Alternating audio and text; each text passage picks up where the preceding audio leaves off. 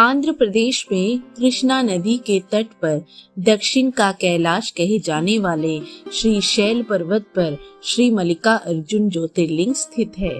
महाभारत, शिव पुराण तथा पद्म पुराण आदि धर्म ग्रंथों में इसकी महिमा का और महत्ता का विस्तार से वर्णन किया गया है।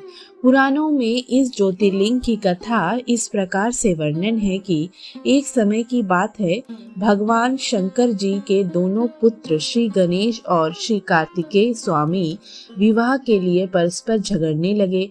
प्रत्येक का आग्रह था कि पहले मेरा विवाह किया जाए। उन्हें लड़ते झगड़ते देखकर भगवान शंकर और माँ भवानी ने कहा, तुम लोगों में से जो पहले पूरी पृथ्वी का चक्कर लगाकर यहाँ वापस लौट आएगा, उसी का विवाह पहले किया जाएगा।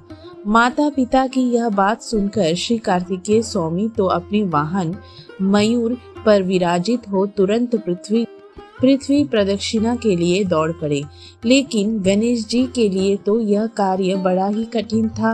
एक तो उनकी काया स्थूल थी, दूसरी उनका वाहन भी मूषक चूहा था। भला वे दौड़ में स्वामी कार्तिकेय की बराबरी किस प्रकार पाते। लेकिन उनकी काया जितनी स्थूल थी, बुद्धि उसी के अनुपात में सूक्ष्म और तीक्ष्ण थी।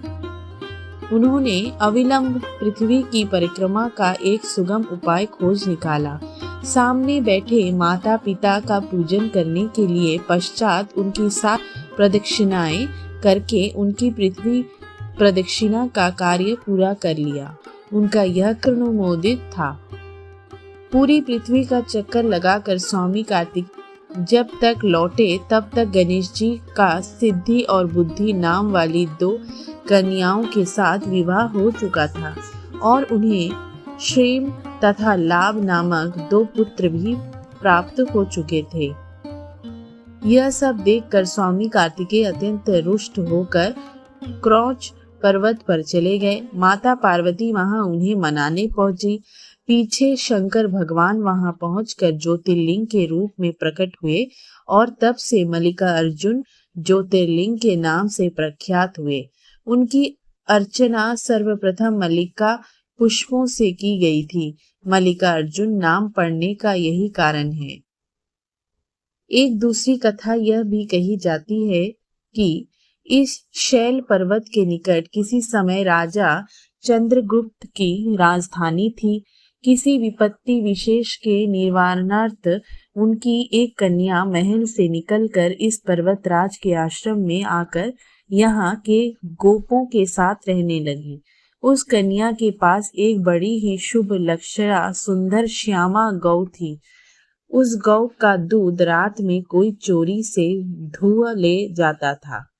एक दिन संयोगवश उस राजकन्या ने चोर को दूध दुहाते देख लिया और क्रोध होकर उस चोर की ओर दौड़ी। किंतु गौ के पास पहुंचकर उसने देखा कि वहां शिवलिंग के अतिरिक्त और कुछ नहीं है। राजकुमारी ने उस समय पश्चात उस शिवलिंग पर एक विशाल मंदिर का निर्माण कराया। यही शिवलिंग मल्लिका अर्जुन के नाम से प्रसिद्ध है। शिवरात्रि के पर्व पर यहाँ बहुत बड़ा मेला लगता है। इस मल्लिका अर्जुन शिवलिंग का दर्शन, पूजन एवं अर्चन करने वाले भक्तों की सभी सात्विक मनोकामनाएं पूर्ण हो जाती हैं। उनकी भगवान शिव के चरणों में स्थिर प्रीति हो जाती है। दैहिक, दैविक, भौतिक सभी प्रकार की बाधाओं से वे मुक्त हो जाते हैं।